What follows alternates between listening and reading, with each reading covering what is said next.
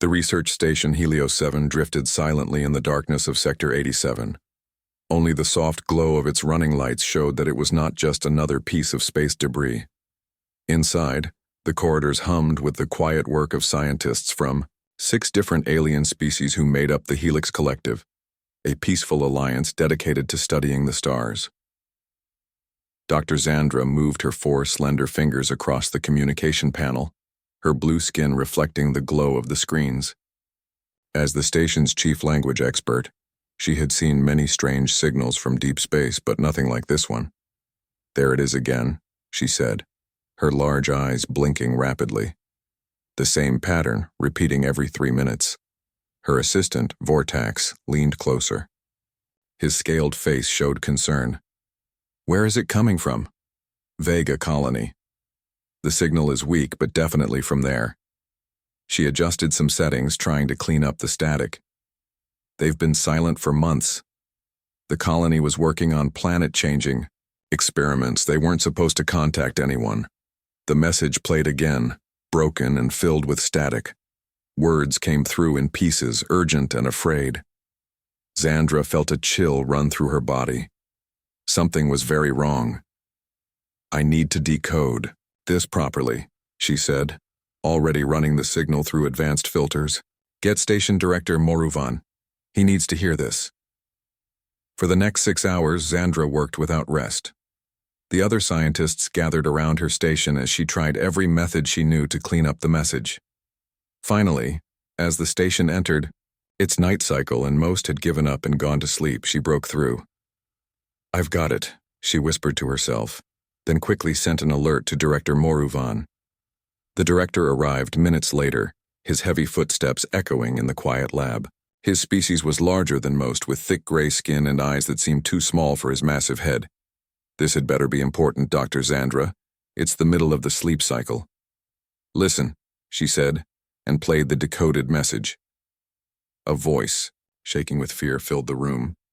"This is Security Chief Gerald of Vega Colony. They came without warning. Our systems are compromised. Military defenses ineffective. We can't hold out much longer. Request immediate assistance from any available human forces. Authorization code, Omega-7. I repeat, we need human military support. Only humans can help us now. Please." The message cut off abruptly, then started again from the beginning. Director Moruvan's small eyes widened. "Humans? They're asking specifically for humans?" Zandra nodded. "The message has been repeating for 3 days, according to its timestamp." "Why would they ask for humans?" asked one of the other scientists who had wandered in after hearing the alert. "Humans are so isolated." Everyone in the room knew about humans. They were a species that kept to themselves, trading fairly with others but never fully joining the galactic community. Most species saw them as strange and somewhat primitive, still focused on military power when the rest of the galaxy had moved beyond such things centuries ago. "The Vega colony has researchers from 12 different species," Director Moruvan said slowly, "including a small human science team. Perhaps that explains it. Or perhaps they know something we don't," Zandra suggested. "The message specifically asks for human military forces." The director made a dismissive gesture with his large hand. "Humans exaggerate their military capabilities. Everyone knows this. Their ships are smaller than ours and they have far fewer of them." "Then why would the colony request their help specifically?" Zandra pressed.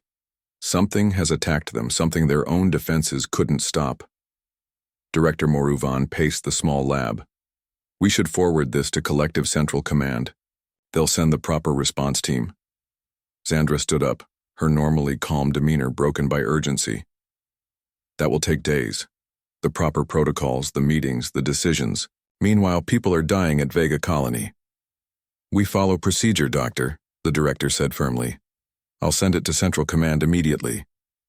As the director left to prepare his report, Zandra looked back at her screen. The message played again, the fear in the voice unmistakable. She thought about the human traders she had met over the years. They were different, more cautious, more alert.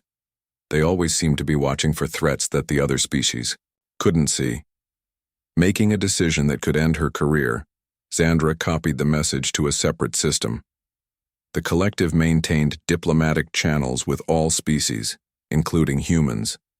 She knew the codes for emergency transmissions.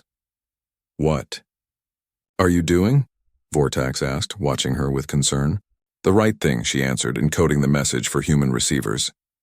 If they asked for humans specifically, then humans they shall have. She hesitated for just a moment before sending, wondering if she was making a mistake. Then she remembered the fear in the colony security chief's voice and pressed the transmit button. The message shot through subspace, aimed directly at the nearest known human diplomatic outpost. Xandra had no way of knowing if they would respond or what form that response might take. Humans were unpredictable, and their true capabilities were unknown. Now we wait, she said quietly. 3 hours later, as Xandra tried to rest in her quarters, her communication panel lit up with an automated message. Signal received. Verification complete. Response deployed. No other information followed, no questions, no details about what kind of help would be sent or when it might arrive. Just 4 simple words that somehow sent another chill through her body. At that exact moment, deep in space where no collective sensors reached, something extraordinary was happening. Ships, dozens of them, then hundreds, began to move. These were not the small trading vessels the galaxy was familiar with. These were warships, sleek and dark and deadly, hidden for generations by a species that had never forgotten how to fight. The humans were coming. Admiral Helena Frost stood perfectly still on the bridge of the TNS Retribution. At 57 years old, she had seen more battles than most officers would in 3 lifetimes. Her short gray hair framed a face marked with both age and experience.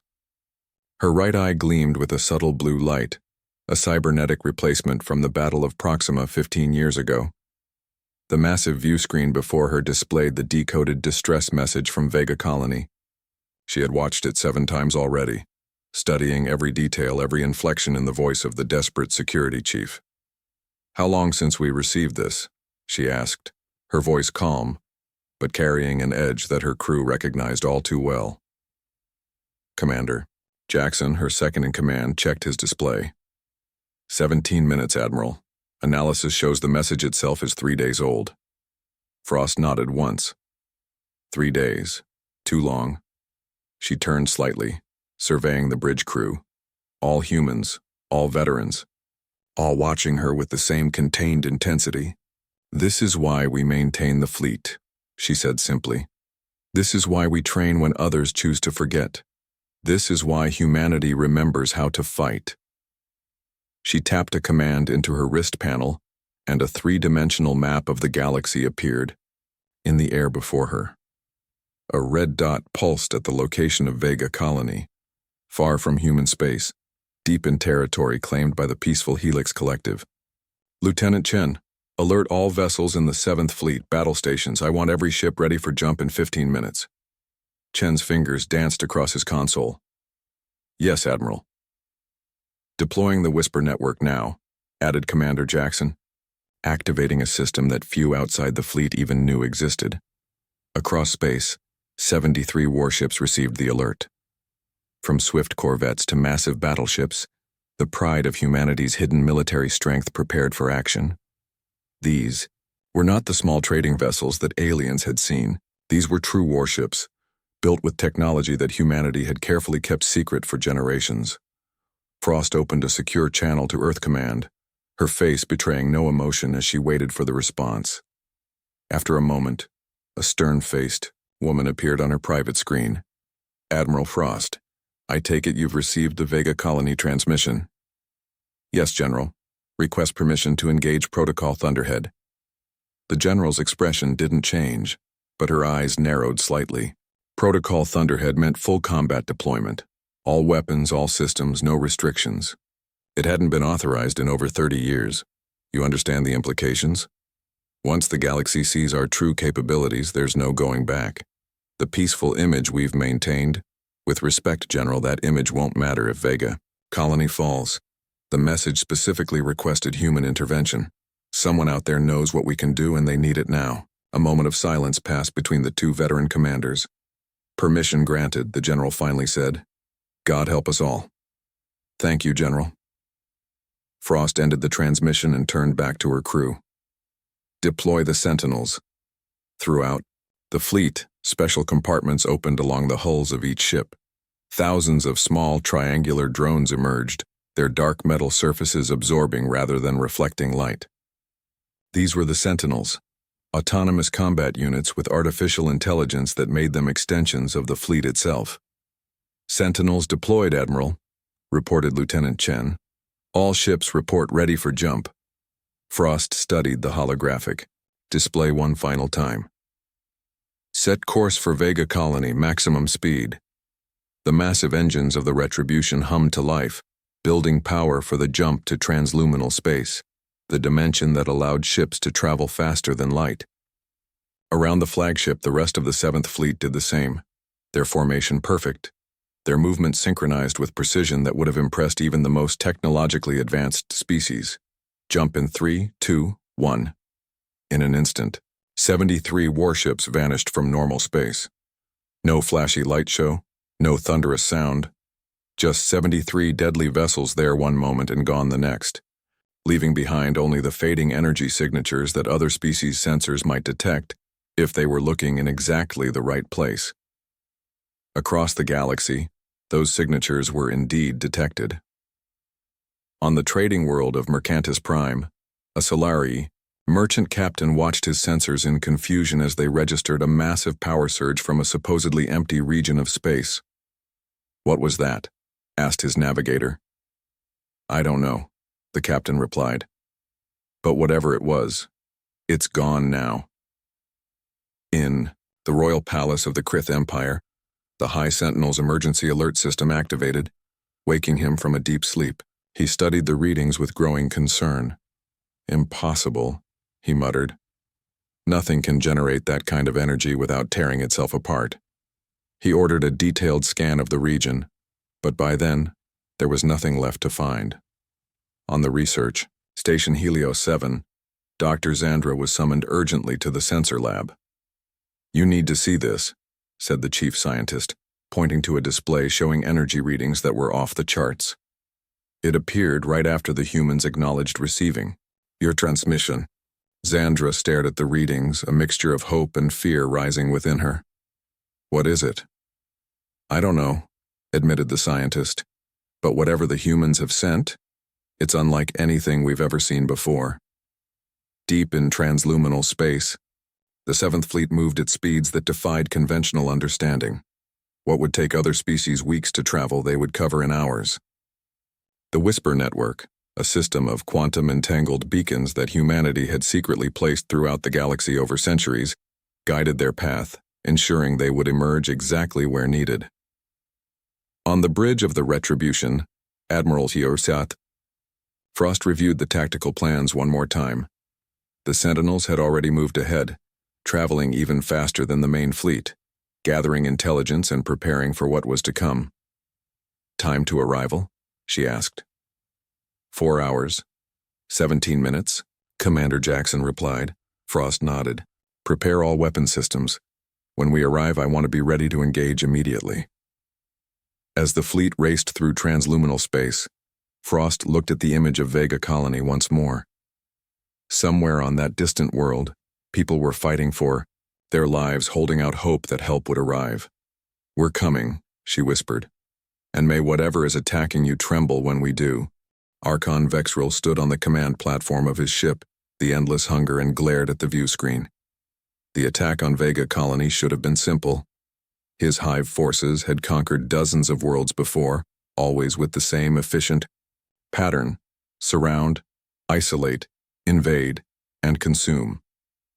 No planet had ever held out for more than 2 days. Yet here they were, nearly a week into the assault, and the colony still stood. "Status report," he demanded, his voice a harsh clicking sound that made the lesser hive workers twitch nervously. Sub-Commander Krell approached, keeping his head low in submission. "The colony's defenses continue to adapt to our attacks, Archon. Every time we find a weakness, they change their shields or weapons to counter us." Vexril's upper limbs twitched in irritation. The hive dominion had existed for millennia, consuming everything in their path. They took the best traits from every species they conquered, adding that strength to their own. No one could stand against them for long.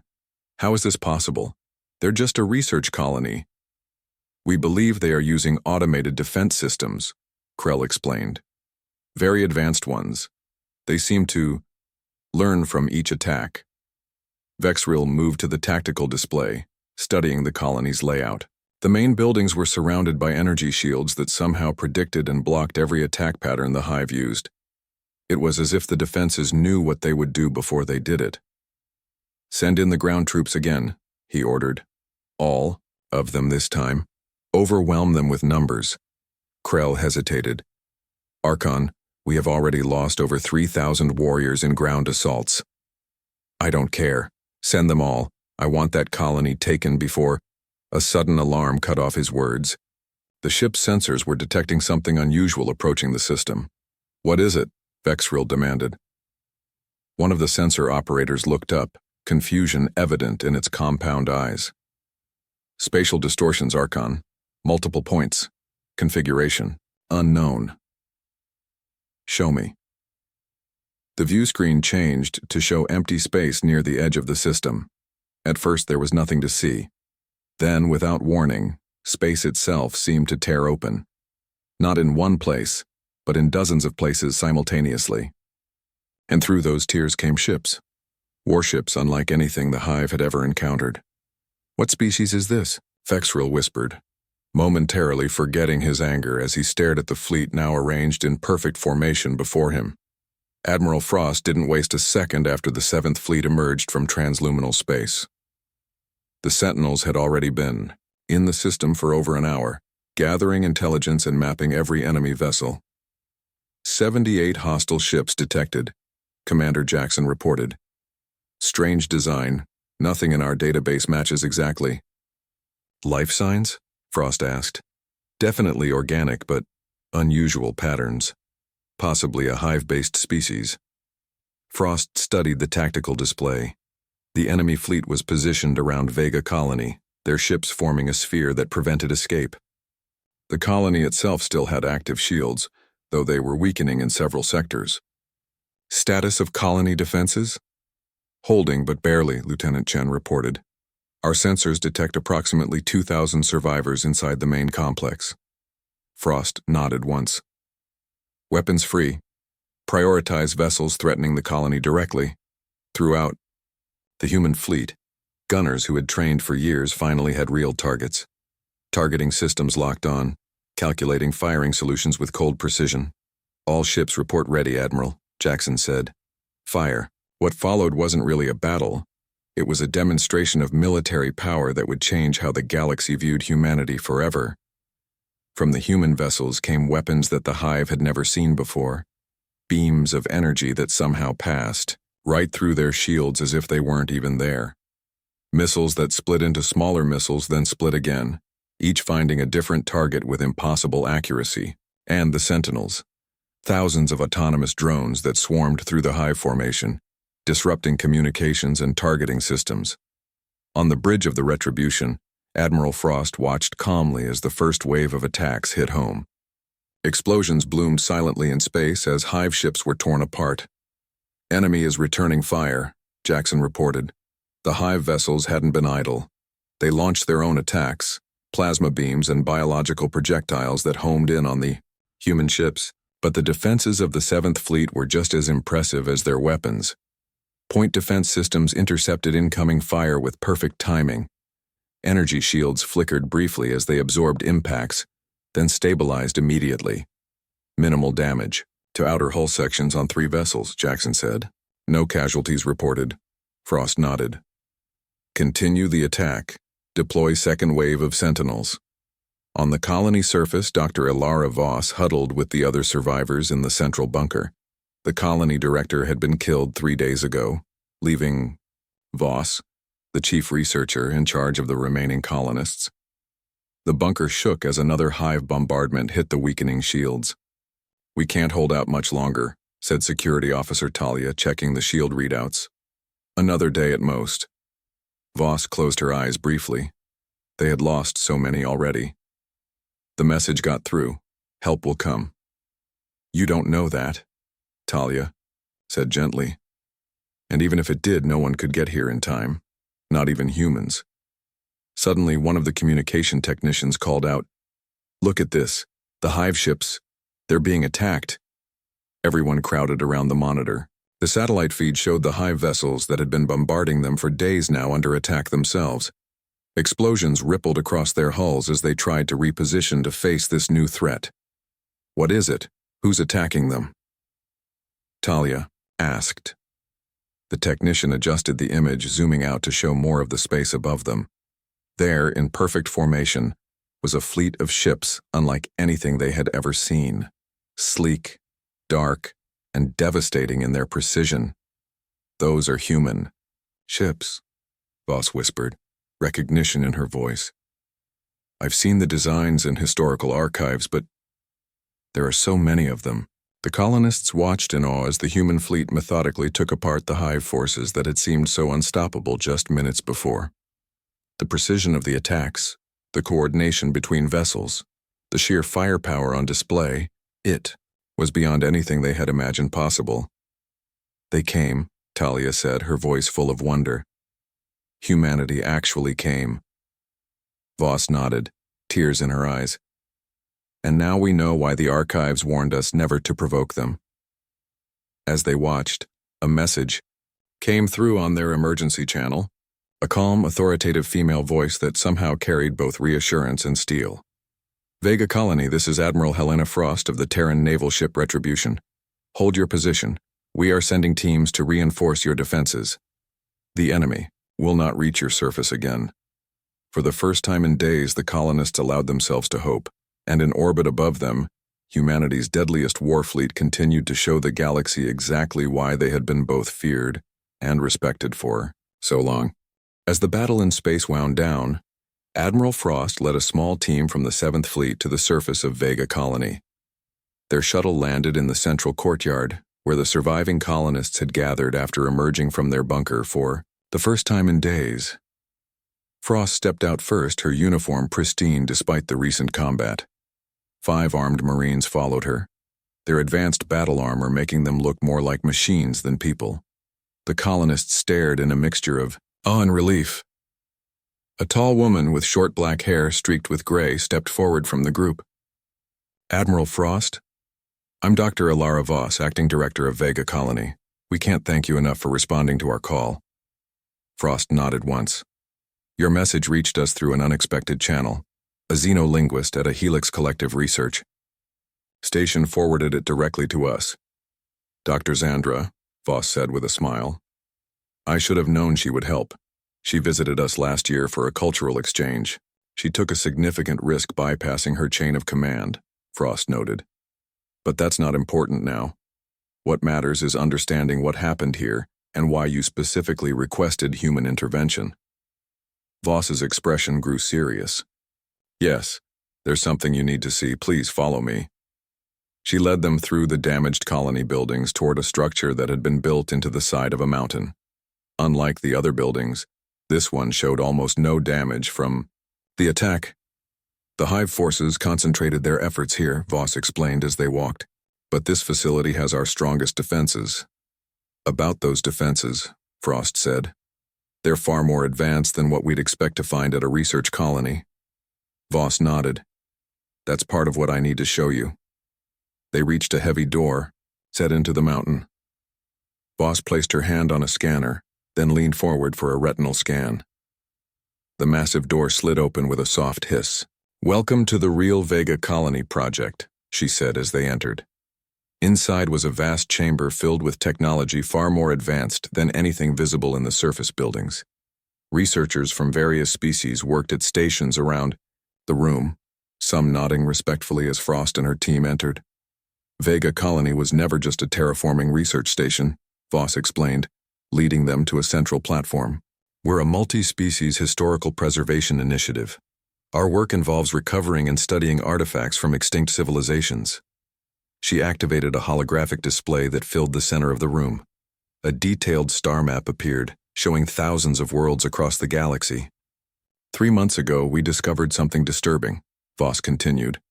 Evidence of a systematic extinction event that has been occurring for approximately 50,000 years. Entire civilizations wiped out, their technology and resources harvested, by what we now know as the Hive Dominion. Admiral Frost studied the map, her cybernetic eye scanning the data rapidly. You've encountered them before? Not directly, Voss admitted, but we found records, warnings left by those who came before. The Hive operates on a cycle. They remain dormant for millennia, then emerge to harvest advanced civilizations before returning to hibernation. She adjusted the display, zooming in, on several worlds that were highlighted in red. Each of these worlds once held advanced civilizations. All were destroyed at roughly 10,000-year intervals. Commander Jackson, who had accompanied Frost to the surface, frowned. If they follow a cycle, why attack now? According to our intelligence, they weren't detected anywhere in the galaxy until they hit this colony. Voss manipulated the holographic controls again, and the display changed to show Earth. Because they detected an anomaly, a species that developed differently, one that maintained its martial capabilities despite extended peace, one that never followed the expected technological development path. She looked directly at Frost.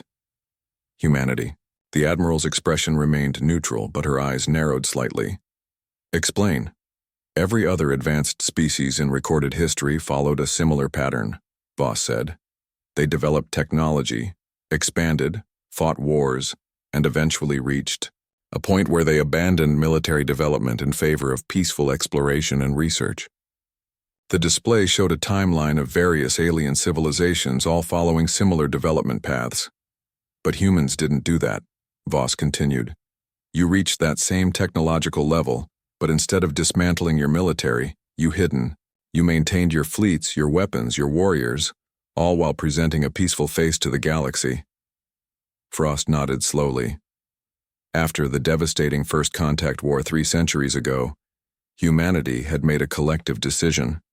They would engage with the galactic community, but they would never again be caught unprepared. According to the historical records we uncovered, Voss said, the Hive shouldn't have awakened for another century, but they detected your anomalous development pattern. It concerned them enough that they emerged early specifically to investigate humanity. So they attacked this colony because, Frost asked. Because we were studying them, Voss said simply. When their scouts detected our research, they realized we had discovered their cycle. They couldn't allow that knowledge to spread. She touched another control and the display showed a series of ancient texts and symbols. These records were left by the last civilization to face the Hive and survive long enough to leave warnings. They described the Hive's weakness. They can't adapt to truly unexpected strategies. Their whole existence is based on following patterns, predicting what their enemies will do. Frost began to understand. And humanity doesn't follow the patterns. Exactly, Voss said. That's why we requested human intervention specifically. The historical records indicated that your approach to warfare is fundamentally different from other species. You don't just advance technology. You think differently about conflict itself. For a moment, the room was silent as Admiral Frost processed this information. Finally, she spoke. Your colony found evidence of an ancient cyclical threat to all life in the galaxy, a threat that specifically targets advanced civilizations, and humanity's paranoia, our insistence on maintaining military readiness when everyone else chose peace. That's what makes us uniquely suited to fight them. Yes, Voss confirmed. The very thing that made other species view humans with suspicion may be what saves us all. Frost turned to Commander Jackson. Send all of this data to the fleet immediately. Then contact Earth Command. They need to see this. She turned back to Dr. Voss. The Hive forces we destroyed here, were they the entirety of their forces or just a scouting party? Voss's expression grew grave. According to the historical records, what you faced was merely a fraction of their full strength. The main Hive forces are still dormant, but our research suggests they're beginning to awaken throughout the galaxy. Admiral Frost nodded once, Decision made. Then humanity will do what we've always prepared for, even when others thought us foolish. She activated her communication device. This is Admiral Frost to all ships of the 7th Fleet. Prepare for extended deployment. Our mission has changed. She looked at the star map again, at all the worlds that had fallen to the hive, cycle over millennia. This isn't just about saving one colony anymore. This is about breaking the cycle once and for all. The Grand Assembly Hall of the Galactic Concord was rarely used for emergency sessions. Located on the neutral world of Harmonium, the massive circular chamber could hold representatives from every spacefaring civilization. Today, it was filled to capacity. Admiral Frost stood at the center of the chamber on a raised platform. Above her, rising in concentric circles, were the delegates from over 200 different species. Some were humanoid, others insectoid, aquatic, gaseous, or shapes that defied easy description. All were focused intently on the human admiral. The evidence recovered from Vega Colony confirms what we now know to be true, Frost stated, her voice carried clearly to every corner of the vast chamber by translator devices. The Hive Dominion is not simply another aggressive species. They are harvesters, eliminating advanced civilizations on a cycle that spans thousands of years. A holographic display appeared above her, showing the data from Vega Colony. Images of destroyed worlds, ancient warnings, and the cyclical pattern flashed in sequence. For millennia, they have remained dormant, awakening only to consume and destroy. According to the historical records, their next awakening wasn't scheduled for another century, but they detected something that concerned them enough to emerge. Early, she paused, looking around at the assembled delegates. They detected humanity's continued military readiness. Murmurs rippled through the assembly. A tall, regal figure rose from one of the lower tiers, Archon Zoral of the Solari Imperium, one of the oldest and most respected civilizations in the galaxy. Admiral Frost, he said, his melodic voice carrying easily. While we appreciate your intervention at Vega Colony, many of us are troubled by the revelation of humanity's hidden military power. For centuries, your species has presented itself as a minor power with limited capabilities. Now we learn that you possess one of the most formidable fleets ever witnessed. Frost nodded once, acknowledging the concern. The decision to maintain our military strength while presenting a more modest face to the galaxy was made centuries ago, after our first contact war. We chose to engage with the galactic community, to trade and share knowledge, but we also chose never to be unprepared again. She gestured to the data still displayed above her. And now we know that this decision may have saved not just humanity, but all of you as well. Another delegate stood, this one a 6-limbed being with iridescent scales. How do we know this threat is as significant as you claim? Perhaps the hive you encountered at Vega Colony were simply an isolated group of raiders. I understand your skepticism, Frost replied.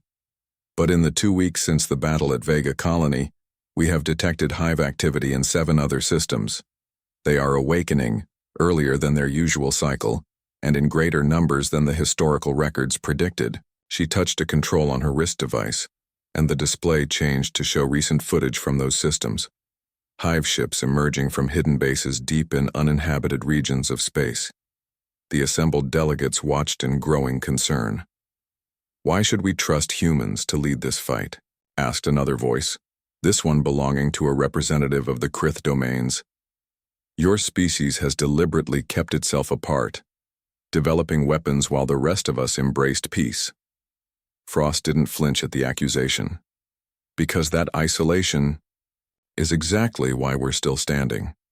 The hive targeted Vega Colony because of its research into their extinction cycle, but they awakened early because they detected humanity's military readiness, a deviation from the pattern they've exploited.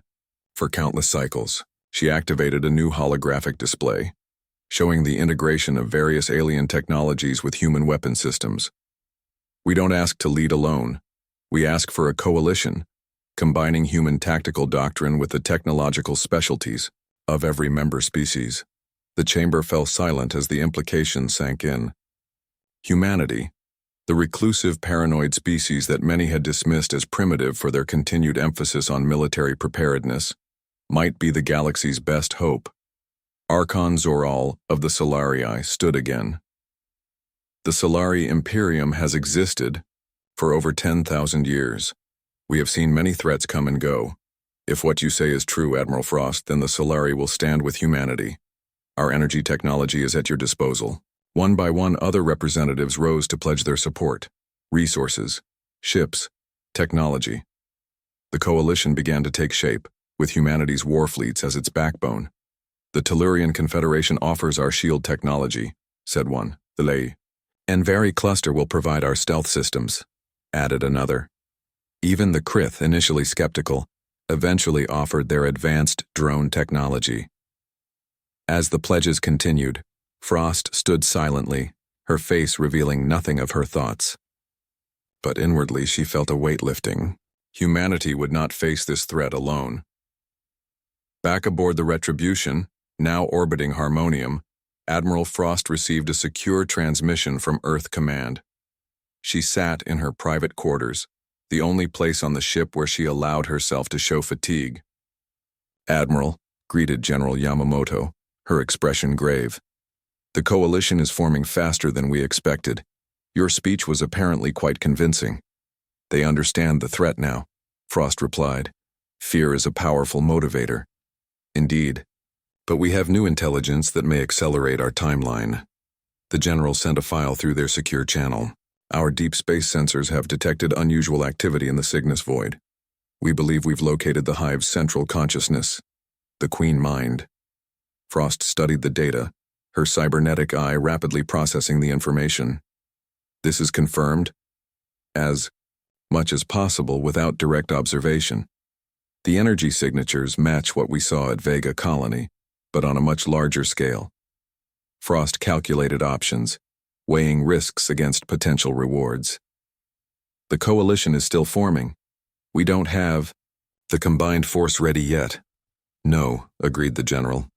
"But we can't wait. According to the Vega Colony data, if the Queen Mind fully awakens and recognizes the threat we pose, it will accelerate the awakening of all hive forces throughout the galaxy.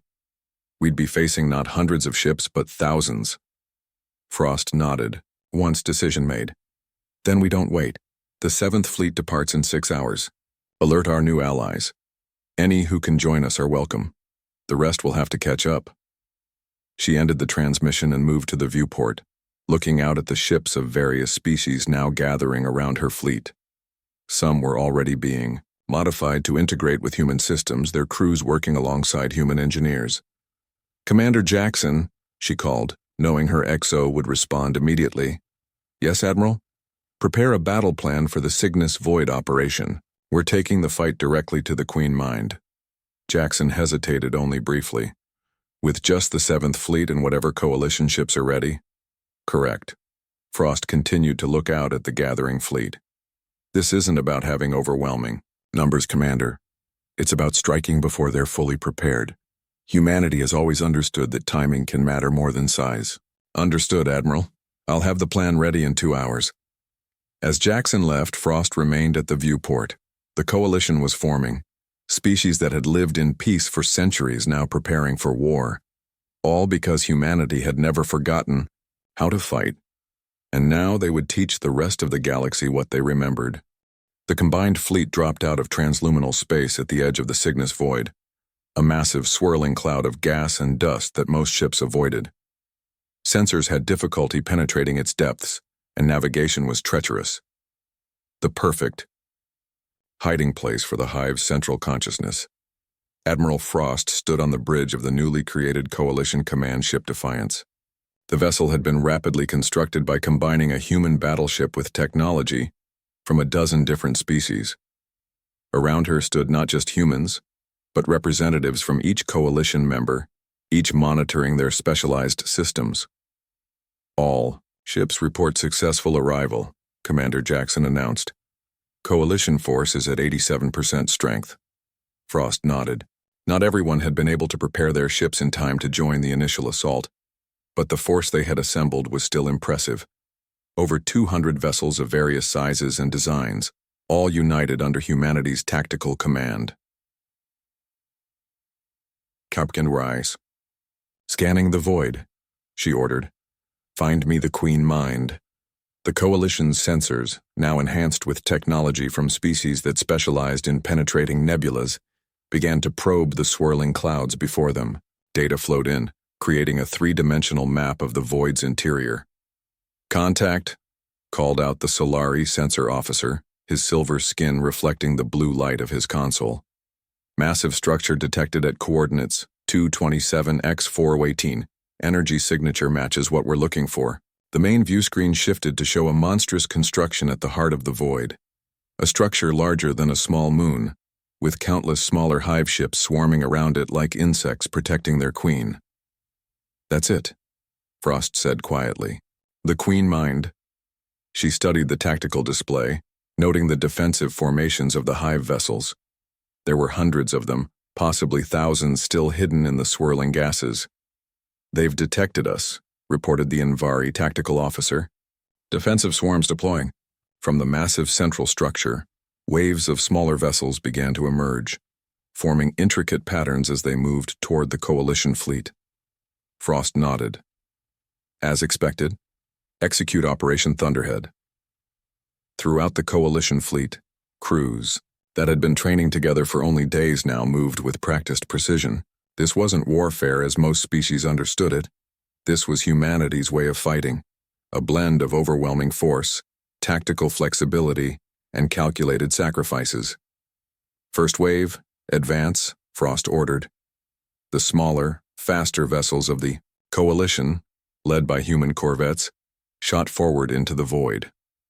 They didn't move in the tight formations that most species preferred, but spread out in seemingly random patterns that were actually carefully calculated to confuse the hive's swarm intelligence.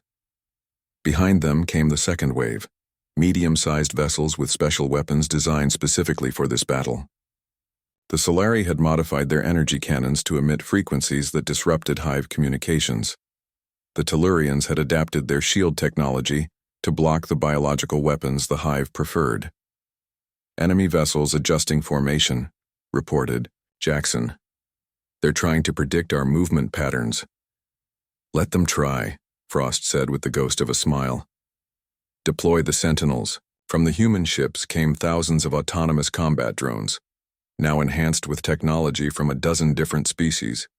They moved in swarms of their own, but with a fluidity and unpredictability that the hive couldn't match.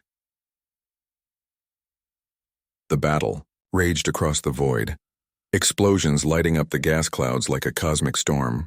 The hive forces were numerous and powerful, but they fought with a rigid hierarchy, always waiting for commands from the Queen Mind.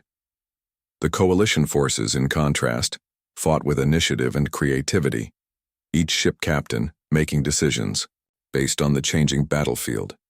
"We're making progress," Jackson reported after nearly an hour of intense combat. "Their outer defensive lines are breaking." Frost studied the tactical display. They had indeed pushed closer to the Queen Mind, but at a cost. Nearly 30 Coalition ships had been destroyed or disabled, and many more were reporting damage. "It's time for the main assault," she decided. "Prepare the Defiance for close approach.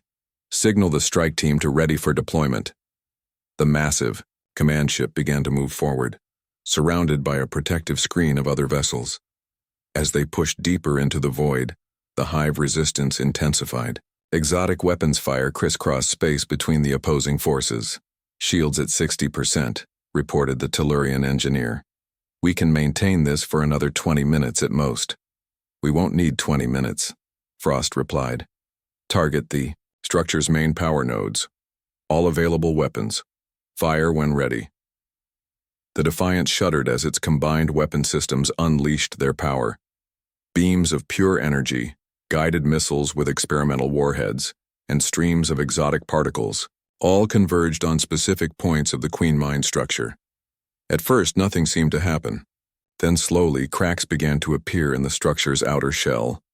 Energy spilled out from within, creating strange, beautiful patterns in the surrounding gas clouds. "We've breached their outer defenses," Jackson announced. "Strike team is ready for deployment." Frost turned to face the assembled team, a mixture of humans and aliens, all wearing specialized combat suits designed for the environment they would face inside the Queen Mind. "You know your mission," she told them. "Find the central neural cluster and deploy the disruption device. You'll have 30 minutes before we must withdraw the fleet." The team leader, a veteran human marine named Captain Rodriguez, nodded. "We'll get it done, Admiral." As the strike team departed in their specialized shuttle, Frost returned her attention to the battle. The Hive forces were fighting desperately now, sensing the threat to their central consciousness. "Maintain covering fire," she ordered. "Keep their attention on us, not the strike team." For 15 tense minutes, the battle continued with increasing fury. The coalition ships took more damage, but they held their positions, creating a protective bubble around the breach in the Queen Mind's shell. Then, without warning, something changed. The Hive ships' movements became erratic, their formations breaking apart. "Admiral," called the Solare sensor officer, "we're detecting a massive energy surge from within the structure." Before Frost could respond, her communication panel lit up with a message from the strike team. Captain Rodriguez's voice came through, strained but triumphant. "Device deployed, Admiral. Queen Mind neutralized. Requesting immediate extraction." Throughout the void, the effects were immediate and dramatic. Hive ships stopped in place, their coordinated movements collapsing into chaos. Some drifted aimlessly, while others began, firing randomly or even at each other. Without the Queen Mind to direct them, they can't function as a unified force, Jackson observed. Frost nodded. "Extraction team, recover our strike force. All ships, begin systematic cleanup operations. I want every Hive vessel in this system neutralized." As the coalition fleet moved to mop up the now disorganized Hive forces, Frost allowed herself a moment of reflection. The crisis wasn't over. There would be more Hive forces throughout the galaxy, awakening from their long dormancy. But without their central consciousness to guide them, they could be dealt with one by one. On the observation deck of the Defiance, Admiral Frost watched as repair drones swarmed around damaged vessels, human and alien alike, working together. A Solari diplomat approached, offering a formal gesture of respect. "The Concord is proposing a permanent coalition defense force," the diplomat said. With humanity at its center, Frost contemplated the stars beyond the nebula. "We'll need to establish new protocols, integrated command structures, training programs for mixed-species crews." "Already begun, Admiral," came the reply. "It seems the SOS that summoned humanity's deadliest war fleet may have saved us all." As the coalition fleet prepared for the journey home, news spread throughout the galaxy. The cycle was broken, and human warships once viewed with suspicion and fear now represented something entirely different: hope. "Send a message to Earth Command," Frost told Jackson. "Operation Thunderhead successful. The Queen Mind is destroyed. Request permission to establish permanent coalition headquarters at Vega Colony." She looked once more at the view screen, at the mixed fleet of vessels from dozens of different species, all fighting together under humanity's leadership. "This is only the beginning," she said quietly. "But for the first time in 50,000 years, the galaxy has a future free from the Hive cycle, and all because humanity had never forgotten how to fight."